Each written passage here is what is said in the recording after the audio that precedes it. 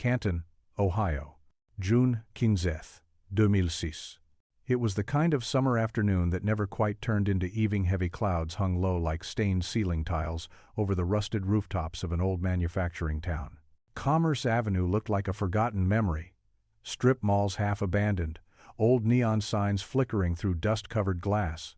There, wedged between a pawn shop and a shuttered laundromat, stood Frosty's Market, a grocery store built in 1974. Long aisles, buzzing fluorescent lights, a tile floor yellowed at the edges. It was the kind of place where everything cost less but felt like it cost more. That's where Haley Monroe showed up for her first shift. 19, just out of high school. Her brown hair tied back into a too-tight ponytail, a blue Frosty's cap tucked under her arm, shoes that weren't broken in yet. Nervous energy in her step, like she was trying to walk confidently over ice. She arrived at 3:57 p.m. for her 4 o'clock shift. She would never leave the store again. The manager on duty, a man named Wayne Dobbins, signed her time card. "First job?" he asked. She nodded. He handed her a folded-up name tag and pointed to the back room. "Clock in, grab a cart. Start with aisle 4. We've got a cereal sale." Haley called her mom at 4:08 p.m., just after changing into her uniform. "Hi, I'm here. It's okay so far. Feels weird. I'll be home by 9, okay?" That was the last time anyone heard her voice. By 9:13 p.m., the call from her mother had gone to voicemail twice. By 9:45 p.m., her mother had driven to Frosty's. The store was closed. The lights were off. A night janitor was inside, mopping near the meat section. He claimed he didn't see any girl matching Haley's description. "She must have left early," he said. "Maybe she got a ride home?" Her car was still in the lot. Driver's door locked. Passenger side unlocked. A pack of gum and a folded schedule sat on the front seat. The keys were in the ignition but turned to the off position. Her purse was in the trunk. Nothing was missing, except her. The official police report was filed at 10:27 p.m. 2 officers walked the perimeter, checked the back alley, knocked on the employee door. They found no signs of forced entry. No blood. No struggle.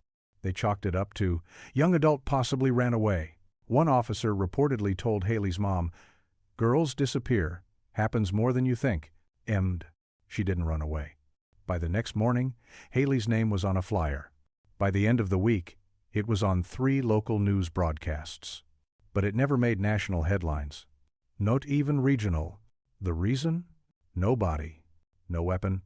No crime scene. Just an empty shift. And a missing girl. Detective Lou Granger was assigned the case 6 days later. He didn't know her. Had never shopped at Frosty's. But something about it bothered him. Everything was too clean, he later recalled. Like someone took time, not rushed, no panic, that's not normal. He began with the store's manager Wayne Dobbins. Dobbins claimed Haley had finished stocking cereal by 6:30 p.m. He said she took a break around 6:45. After that, he assumed she left early because she wasn't on the clock past 7 o'clock. But there was no time card punch-out. No signature. Nothing. Security footage from inside Frosty's? There was none. Cameras had been broken for over a year. Budget cuts. The only camera that worked was outside, facing the front lot. And at 6:52 p.m., it caught Haley exiting the front entrance, pushing a half-filled cart toward the side aisle. Then out of frame. She never reappeared. The town began to lose interest. After 2 weeks, the flyers stopped getting replaced. After 4 months, Frosty's replaced her in the schedule. By the 1-year mark, most people barely remembered her name, all except her mother, Allison Monroe.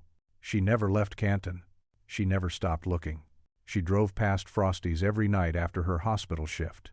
Sometimes she'd stop in the parking lot, just to look at the door, just to sit, and hope. In the 2nd year, Haley's case was officially archived as unsolved, inactive. In the 5th year, Frosty's closed. And in the 9th year, something shifted. March 2015. The old Frosty's building had been bought at auction for redevelopment. A demolition crew was sent to prepare the interior. Dust covered every shelf. The place smelled like bleach, rust, and silence. It was during the inspection of the HVAC system that a worker noticed something strange. A metal vent near the loading dock had been sealed shut from the inside. Heavy-duty adhesive, layered duct tape, foam sealant sprayed into every edge. When they cracked it open, dust poured out like ash. Inside was a bundle, wrapped in clear plastic, folded perfectly. Inside it, a light blue Frosty's uniform. A plastic name tag Haley etched in faint black letters. Ah, hut. And a small necklace with a tiny silver H pendant. No blood. No note. No explanation. Just 9 years of silence. And the uniform she wore on her first and only day. It made the local news again. But this time, the tone was different. People started asking, why had no one searched the vent? Who sealed it? And why was her uniform folded so carefully, as if someone meant for it to be found? Or, not found? Detective Granger, retired by then, came out of retirement to reopen the case. He looked at the uniform like it was a message from the past. Someone wanted this sealed, he said. Not hidden, not burned, sealed. That's when everything changed. There's a peculiar kind of silence in towns like Canton, Ohio. Not the natural quiet of the woods or the solemn hush of Reverencino. This was the silence of forgetting. The soft scrape of time sanding down memory until only the faintest shape remains. For a while, Haley Monroe's disappearance stirred the town. It cracked through the usual rhythm school board meetings, Sunday sermons, high school football. For a moment, her face was taped to lampposts and pinned behind gas station counters. Then she vanished again. This time, from everyone's thoughts. Canton wasn't big, but it wasn't small enough to feel intimate either. It hovered somewhere in between, just enough people to spread rumors, but not enough to make them stick. Some said she'd run away with a boyfriend. Others claimed she'd taken off to Chicago. One woman even swore she saw Haley in a diner in Columbus. Weeks after the disappearance alone, hair dyed red, reading a map. But nothing ever came of it. And the town slowly adjusted. Frosty's Market stayed open for another 5 years. People still shopped there, pushing carts over the same tiles where Haley had walked. They grabbed milk from the back fridge, never knowing that just a few feet above them, behind a sealed vent, her uniform sat folded in the dark. No plaque. No warning. Just the hum of freezers and flicker of failing lights. The Monroe house remained untouched. A modest single story on Grant Street, the porch light always on, day or night. Inside, Allison Monroe lived in a suspended moment. Haley's room preserved exactly as she'd left it. Clothes still folded, bed made, a half-used notebook left open on the desk. On the 9th page, first day, hope I don't screw up.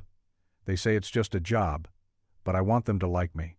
She had drawn a little smiley face next to it. Allison never stopped believing her daughter was close, just out of reach, just waiting to be found. Detective Lou Granger carried the case longer than most realized. Even after it was shelved, even after budget cuts and retirements, he kept the file in his home office. A plain manila folder marked H. Monroe, 06 divided by 15 divided by 06. He'd look at it some nights with a kind of quiet guilt. Not because he'd failed, but because he couldn't shake the feeling that someone in town knew. That someone had seen something they didn't understand, or worse, something they did. 9 months after Haley vanished, another girl, Emily Santos, reported a strange encounter. She was closing her shift at an old car wash 2 blocks from Frosty's when a man approached her asking for change. He wore a maintenance uniform, dark blue, no name tag. His face was pale, eyes wide like they hadn't blinked in hours. He asked if she knew where the air returns were. When she said no, he smiled, nodded, and walked around the back. She told police, but no report was filed. It sounded harmless. Except for one detail. There were no air returns at the car wash. Only sealed exhaust fans, and no reason to ask about them. In towns like Canton, strange things blur with routine. People grow numb to tension, stories flatten, and Haley's became one of them. A sad thing that happened once. A picture in a yearbook. A candlelight vigil no one mentioned again. But some memories linger longer than others. In 2009, a substitute teacher at Canton High School assigned an essay. Write about something your town never talks about. One student, a 15-year-old girl named Margot, wrote 3 pages about Haley Monroe. She'd been in elementary school when Haley disappeared. Her essay ended with a question. If she was our neighbor, our sister, our classmate, why did we stop looking? The essay went unnoticed. Except by one person, Detective Granger. Margot's older brother had worked at Frosty's briefly in 2006, and he remembered something odd. He claimed that the night Haley disappeared, the back storage door, the one that led to the loading bay, had been propped open with a broken broom. He remembered seeing a man walking past it around 7 p.m. Tall, light jacket, black gloves, carrying a toolbox. He assumed it was maintenance. No one ever mentioned maintenance on the schedule that day. The manager, Wayne Dobbins, never reported any service calls. By the time Frosty's closed in 2011, the town had moved on. New families moved in. The building sat dark. Kids spray-painted the back wall. Teenagers dared each other to peek through broken windows. But no one ever opened the vents. No one ever noticed the sealant. No one asked why. Until 2015. When that vent finally gave up its silence, everything that had been buried with it rose to the surface. News fans returned. Reporters reassembled old footage. Talk radio brought up the case like it had never faded. People who hadn't spoken Haley's name in years suddenly had stories. A cashier remembered her saying she felt weird around the stockroom. A neighbor recalled her mentioning a strange smell near the break room. A former assistant manager swore someone had been living in the basement at night, though he admitted he never checked. Canton, Ohio, had forgotten. But now it remembered. And memory, when it comes back all at once, doesn't arrive softly. It crashes, like a vent bursting open after 9 years sealed shut. For 9 years, the back hallway of Frosty's Market kept its secrets. The break room, the stock room, and down at the very end, past the ice machine and the rusted time clock, a row of 6 gray lockers, each labeled with fading black marker. Locker number 4 had belonged to Haley Monroe. It had been opened once, the night she vanished, and then, never again. When Detective Granger returned to the site in 2015, he brought the original case file thick with unanswered questions and one fresh pair of eyes. A new forensic analyst named Beth Tran, recently transferred from Akron. She crouched in front of locker 4, gloves on, flashlight ready. The lock had long been removed, forced open during the first sweep in 2006.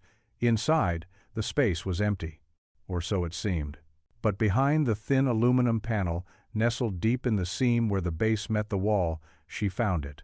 A small brass key, tarnished, flat-toothed, and taped to a faded receipt from Frosty's. A purchase of $3.18 dated the day before Haley vanished. The manager had missed it. So had the first responders. So had the janitor. Everyone. 9 years. And no one had noticed. But now, someone had. The key wasn't labeled. It wasn't for the locker. That lock had been pried open with a crowbar. The receipt was handwritten, not digital, the signature scrawled, W. Dobbins. Wayne Dobbins. Haley's manager.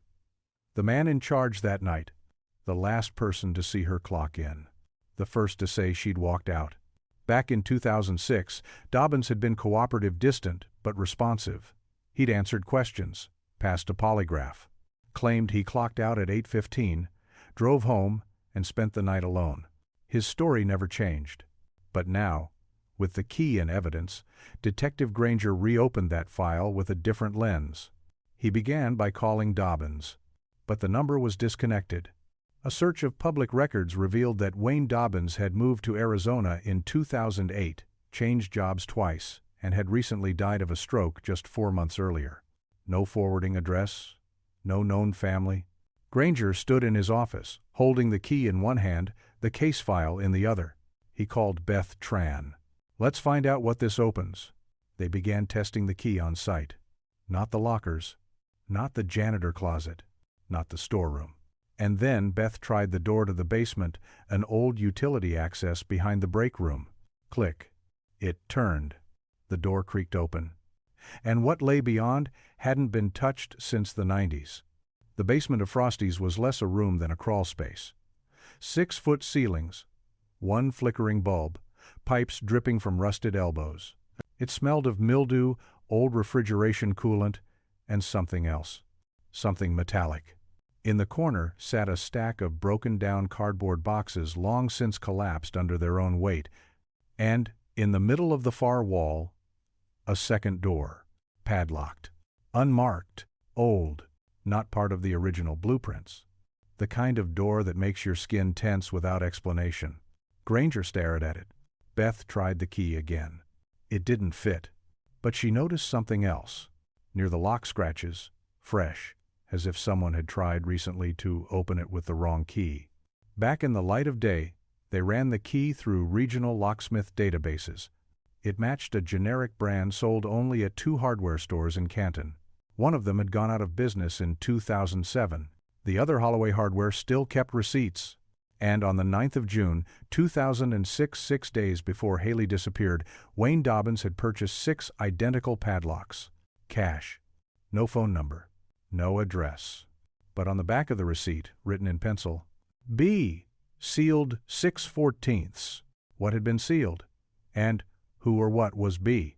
They returned to the basement 2 days later, this time with a warrant and a full forensic team. The padlocked door was removed. Behind it, a narrow tunnel lined with insulation, running 10 feet into the foundation before ending in a blank wall. But embedded in that wall was a steel grate, and behind the grate, a shaft. Vertical. A service duct. Part of the building's original HVAC. The same system connected to the vent where Haley's uniform was found. They lowered a scope into the shaft. Dust. Hair. Fibers. And something else. A gold hoop earring. Single. Small. Tarnished. Allison Monroe would later confirm Haley had worn a pair like that. Gifted on her graduation day. Granger stood in the basement, one hand on the rusted frame of the padlocked door, the other resting on his belt. This, he said softly, was always here. And he knew it. They dug deeper into Dobbins' past. No criminal record, no known aliases, but a quiet trail of job changes, relocations, terminations, for cause. At a grocery chain in Indiana, a 17-year-old employee claimed Dobbins made her uncomfortable, but the complaint was dropped. In Kentucky, he left a store 2 days after a female cashier walked out mid-shift and never returned. No one had ever connected the dots, because no one had ever looked, until now, and then came the break. A former Frosty's employee, Daniel Crane, contacted police after the story hit local news. He said something had always bothered him. Back in 2006, 2 weeks after Haley vanished, he was asked to clean out the manager's desk. Dobbins had resigned. In the bottom drawer was a small metal box locked. Inside, he found a single Polaroid, a photo of a key, taped to a receipt. He didn't think much of it then, but now he remembered. Same key, he told investigators, same tape, same style receipt. When asked why he never told anyone, he hesitated. I didn't want to believe what I was thinking. They ran fingerprints from the key and the tape. Smudged. Partial. But one set, faint though it was, belonged to Haley. On the underside of the tape, meaning she may have touched it. Maybe even tried to hide it. Detective Granger stood in the middle of Frosty's break room, years after it had last served a sandwich or cup of vending machine coffee. He looked at the wall, then at the locker, then at the key in its evidence bag. And he whispered, not to anyone in particular, she knew. They say the devil is in the details. But sometimes the devil is in the air vents. Canton, Ohio, the 22nd of March, 2015. At 10:41 a.m., a construction foreman named Chuck Ralston radioed his crew to stop demolition. His voice, recorded on the open channel, was calm. Guys, I need a second. We got something. That morning, they had begun removing ductwork from the old Frosty's Market building abandoned since 2011. The plan was to gut it and sell the frame for scrap. An easy job, or so they thought. Until they reached the rear HVAC shaft.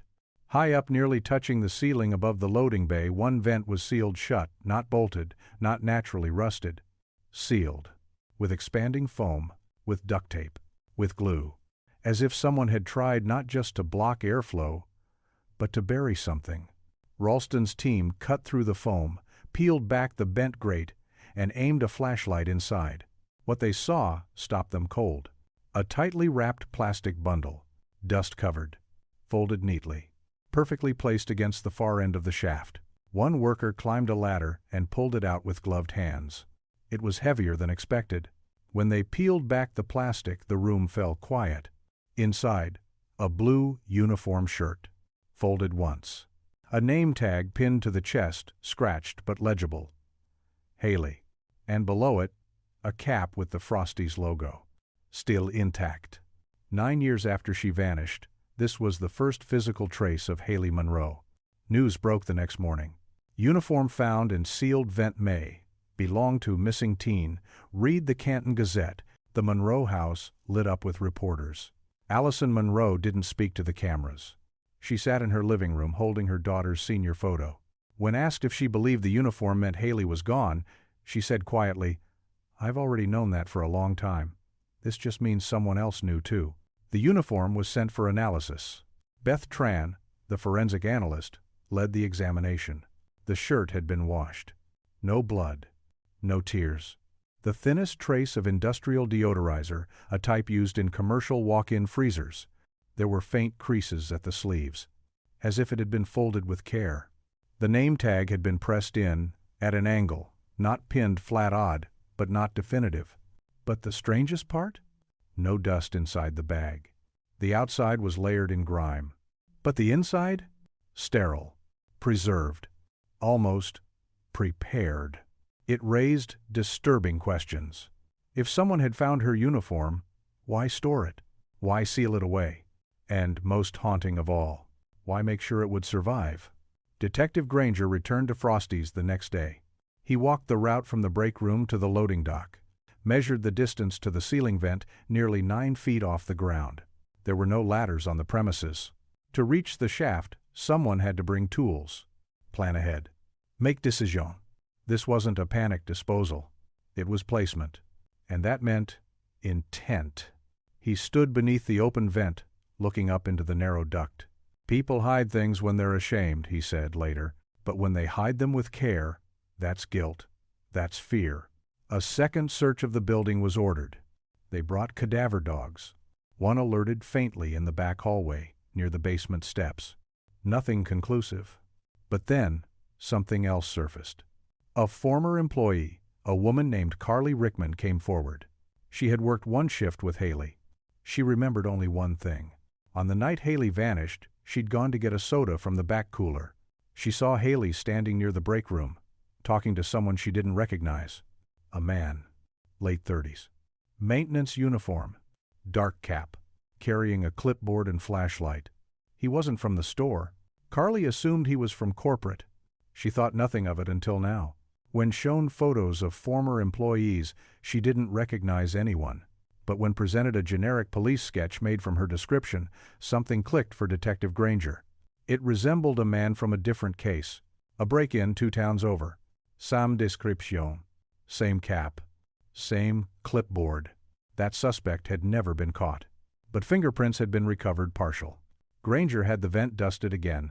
On the back of the grate, beneath the foam adhesive, a single smudge.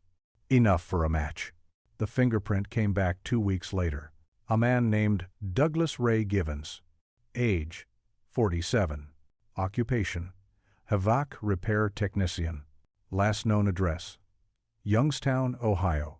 Criminal record, petty theft. 1 trespassing charge. But nothing violent. He had been contracted for ventilation repairs at Frosty's in 2006, subcontracted, undocumented. Paid in cash. No employee file. No logs. Ghost work. A warrant was issued.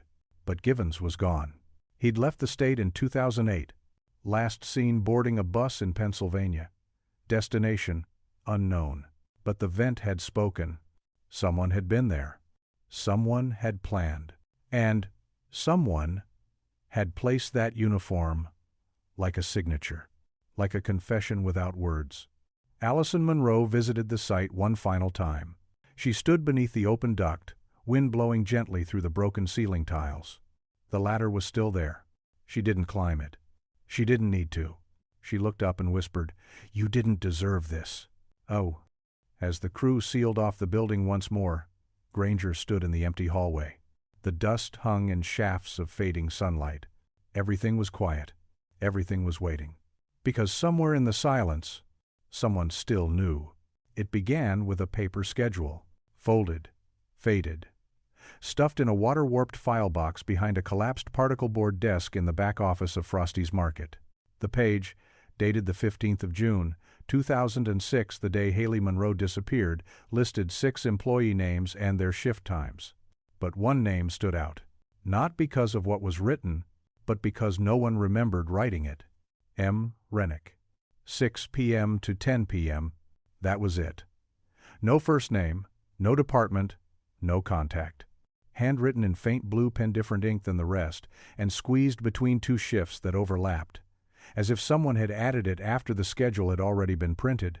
When Detective Granger saw it, he paused. Did he even exist? He asked aloud. No one knew. They pulled old HR files from the Frosty's storage unit. Nothing. No onboarding forms. No tax documents. No emergency contact. He wasn't on payroll. He didn't clock in or out. Yet his name appeared on one shift. The night Haley vanished. Granger interviewed surviving employees from that week.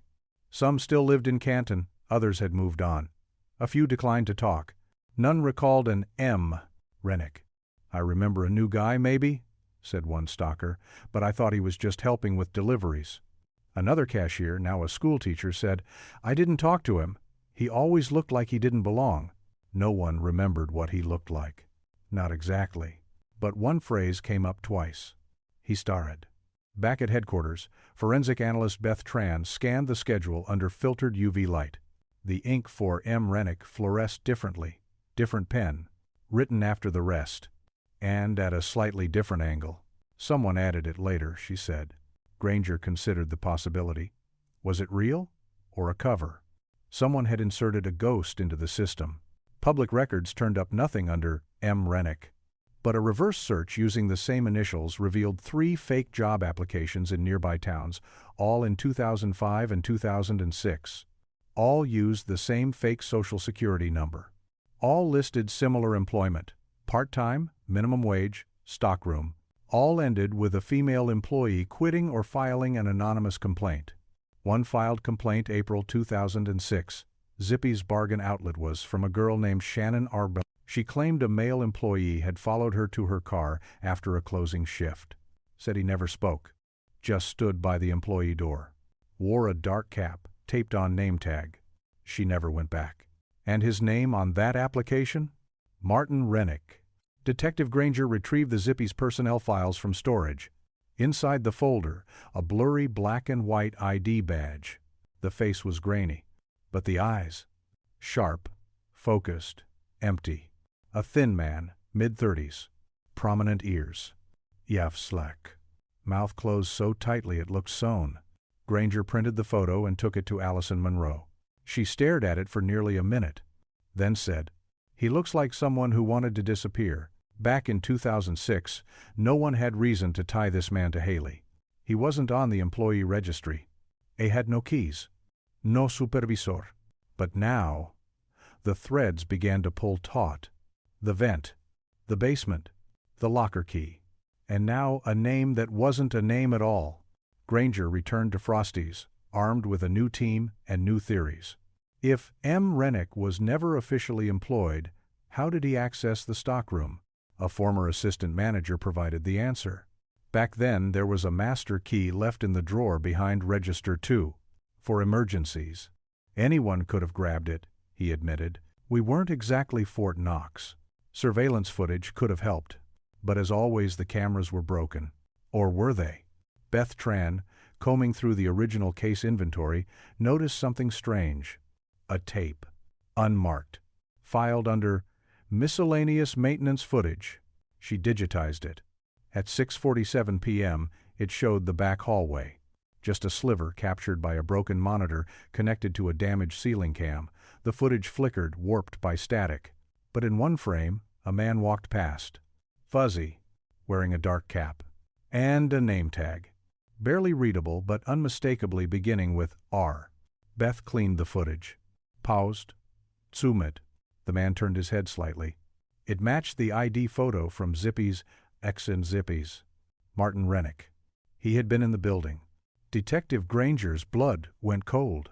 This man, unknown, undocumented, had access. He was there. The night Haley vanished. They returned to the basement. Back through the hidden ductwork.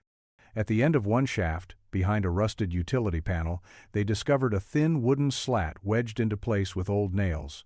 When pulled free, a hollow compartment was revealed. Inside, a rolled-up paper bag, a candy wrapper, a cheap plastic lighter, and a receipt. Frosty's Market, June 15, 2006. Time stamp. Sex paid stu paiement. Cash, register 3. Item purchased, 1 bottle of water, 2 candy bars. Tendered by M. Rennick. Impossible, the store's assistant manager had said. He didn't work that register, but the receipt was real, the thermal ink still legible. Had he posed as a customer? Had he used a fake ID to access employee areas? Or had someone let him in knowingly, or not? The discovery shifted the tone of the case. This wasn't just disappearance. It was design. Predation. A person inserted himself into the system, blurred just enough to vanish in plain sight. A ghost with a name he borrowed and a job he never had. The news ran the story under a new headline. Phantom employee, linked to 2006 disappearance. Tips flooded in. One from a woman in Dayton.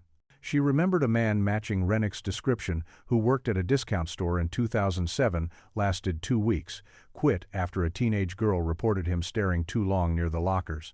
Another tip came from Akron. A janitor claimed to have kicked a man out of the break room at a grocery store, said he didn't belong, yet seemed to know the building better than staff. The same cap. Same silence. Same unease. But none of them had names. None of them had files. Only patterns. Always near break rooms. Always around closing shifts. Always leaving just before something went wrong. Allison Monroe, sitting at her kitchen table, stared at a printed map marked with pins, each one representing a sighting, a rumor, a ghost trace. She looked at Granger. "Do you think he picked her?" she asked. "That he watched her before that day?" Granger didn't answer. He didn't have to. They both knew. This wasn't random. This was practice. The inventory room at Frosty's Market wasn't on the floor plans, not the real ones. When contractors remodeled the building in 1992, they expanded the back storeroom to make room for a new freezer. But instead of removing an old supply closet, they simply walled it off, sealed behind plywood, insulation, and 2 coats of beige paint. By 2006, no one remembered it existed. No one, except perhaps the man who wasn't supposed to be there. The tip came from an anonymous call. A man's voice, older, measured, nervous. He said he once did HVAC work at Frosty's. Said there was a room in the back that shouldn't have been locked, not from the outside. Said he tried to report it, but the manager at the time brushed him off. And then the line went dead. Detective Granger and forensic analyst Beth Tran returned to the site again, this time with demolition permission. They traced the inventory room's current layout against old blueprints and noticed an irregularity in the northeast corner. A flat wall where the original design showed a doorway. They knocked. The hollow sound echoed. They brought in a thermal scanner. Behind the plaster, a cavity. Roughly 6 feet wide. 8 feet deep. No air circulation. No vent. A dead room. They broke through carefully. The plaster crumbled easily, too easily, as if it had been recently repaired. Behind it, a narrow space. Empty, but not untouched. On the floor, faded footprints in dust. One set small, like a teenage girl's, led in. Only one set led out. Heavier. Booted. Tracked through dust and dried residue. In the corner of the room, beneath a loose ceiling tile, they found it. A square of blue cloth. The same kind used in Frosty's uniforms. Pinned to it a piece of lined notebook paper. Faded pencil handwriting. Shaky. Erratic. It read. He says, "No one will hear." He says, "The freezer is too loud. I left something in the locker. If you find this, please don't let Mom think I ran." Granger stared at it for a long time before speaking. "She was here," he whispered. She knew. The note was bagged, preserved, and tested. No fingerprints. But the writing matched samples from Haley's high school assignments, confirmed by a handwriting analyst. It was hers. And it had never been mailed, never delivered, just left. As if she knew someone might find it one day, or hoped. The discovery changed everything. For 9 years, the assumption had been disappearance from the floor abduction, maybe a forced exit through the back lot. But this meant confinement. She had been in the building, trapped. Beth ran chemical tests on the room's drywall. There were traces of chloroform vapor in the panel seams, likely evaporated long ago, but traceable in residue behind a light switch. Not enough to preserve, but enough to silence, temporarily. The floor was covered in dust, but beneath the dirt, one area near the far wall was unusually smooth. A blood luminol test confirmed what they feared. There had been blood there, wiped clean, then painted over. Not much, not enough for fatal injury. But present, the room had been used, at least once. And something else. Underneath the plywood baseboard, Beth found 2 tiny objects wrapped in lint and paper. One was a button, the other a keychain charm, a tiny heart. On the back, the letter H. Detective Granger brought the charm to Allison Monroe. She took one look at it and collapsed into her chair. "I gave that to her," she said, "when she got the job. A token, a tiny promise that things would go well, that she'd come home every night. She never did." Now there was no doubt. Haley Monroe had been in that room. Alive. Long enough to write a note. Long enough to fight. But not long enough to leave on her own. The team widened the search to the structural history of Frosty's. They discovered that during the 1992 renovation, the contractor had been a small firm based out of Akron. One of their subcontractors? A man named Douglas Givens, the same HVAC tech whose fingerprint had been found on the vent grate. And his job? Duct access and airflow maintenance. Meaning he had knowledge of crawlspaces, service panels, hidden voids, and possibly the inventory room itself. Records showed that Givens had worked at 2 other grocery stores in the region. At both, female employees had filed safety complaints, breakroom doors left unlocked, suspicious vehicles lingering after close unknown men seen inside staff-only areas. But no charges were ever filed. He always vanished before suspicion could catch up. Now the room at Frosty's spoke to his method. Find the blind spots. Use the noise, the hum of the freezer, the buzz of the stock lights to cover movement. Isolate. Wait. Granger presented the findings to the Canton PD task force. They agreed. This was now a homicide investigation. They had no body, but they had the room, the residue, the charm, the note, and now a name that appeared at every corner, circling like a predator. Back at the Monroe house, Allison lit a candle. She placed the charm next to it, and as the flame danced, she said softly, "She wanted me to find her."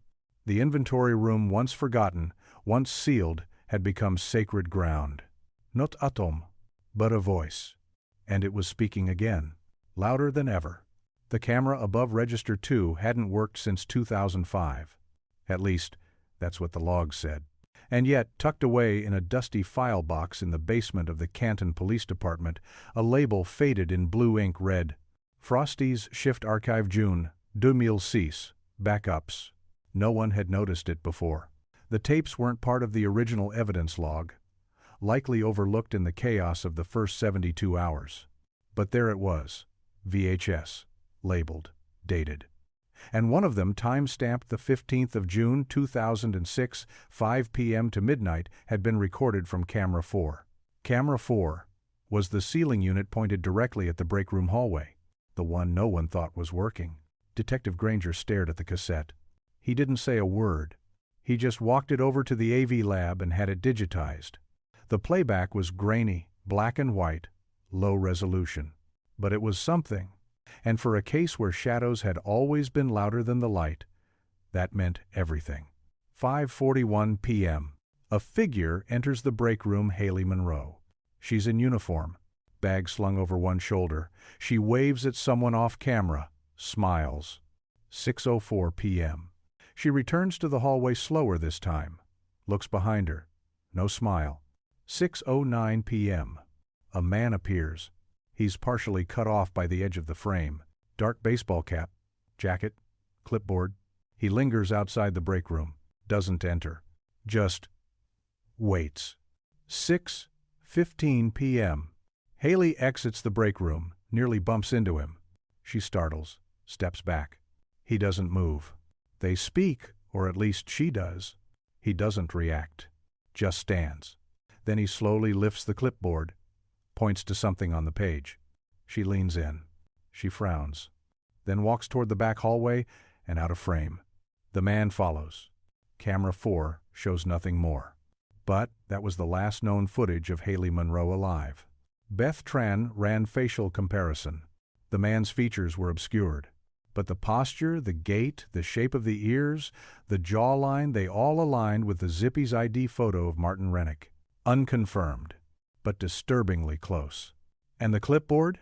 It matched those issued by a now-defunct temp agency called Genco Industrial, which had contracted HVAC techs in Ohio from 2002 to 2007. Guess who was one of them? Douglas Givens. Camera 4 had been presumed dead. But someone, perhaps an overworked tech, or a diligent night manager, had kept the backup feed running on VHS. One copy. Filed. Forgotten. Now, its ghostly footage resurrected the moment before everything changed. When Granger showed the clip to Allison Monroe, she didn't speak for a long time. Then, barely above a whisper, she said. She looked nervous. He nodded. She didn't want to go with him. Later, investigators returned to Frosty's and followed the path shown on tape. From break room to back hallway to loading dock. From there to the utility corridor. And from there, the locked basement access. The one only accessible with a key. The one no employee remembered using, except Wayne Dobbins. And he was gone. But a detail in the video haunted Granger. It wasn't Haley. It wasn't the man. It was the clock on the wall behind them. It read 6:17 p.m. And in the original timeline, that was exactly the moment when Haley was supposed to begin her register shift at the front of the store. She never arrived. And no one, not even the other cashier, remembered noticing her absence until much later. How did no one realize? Because the store was busy. Because everyone was looking forward, not behind. And because the camera meant to catch it all, was assumed dead. In reviewing other tapes from that week, something else emerged. A different day, June 30th, 2 days before the disappearance. Same camera.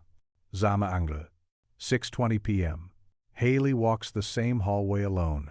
Behind her, a shadow. Not a full figure. Just movement. Out of sync with her steps. As if someone were following, just out of view. She never turned around, but her posture tensed, and the shadow stayed. Until she reached the break room. The footage wasn't conclusive, but it told a story. One that had been there all along, just beyond sight. Later that evening, Granger sat in the precinct's AV room alone, watching the video for the 15th time. He paused on the frame where Haley and the man stood in silence. Zoomed in. Watched her expression. Not fear. Something deeper. Recognition. Like she'd seen him before. And that's what changed everything. Because if she knew him, then he'd been there before. Watched.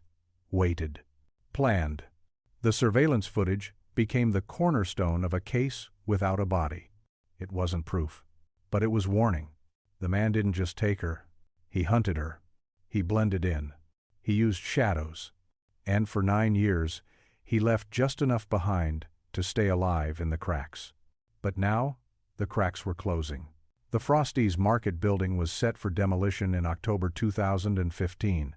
The city of Canton had approved it weeks earlier, just another collapsing retail shell in a town trying to forget its ghosts. But before the first wall could fall, Detective Granger returned one final time. Not with a search warrant. Not with a team. Just with a flashlight. And a key. The key had been recovered from a maintenance locker behind the loading dock.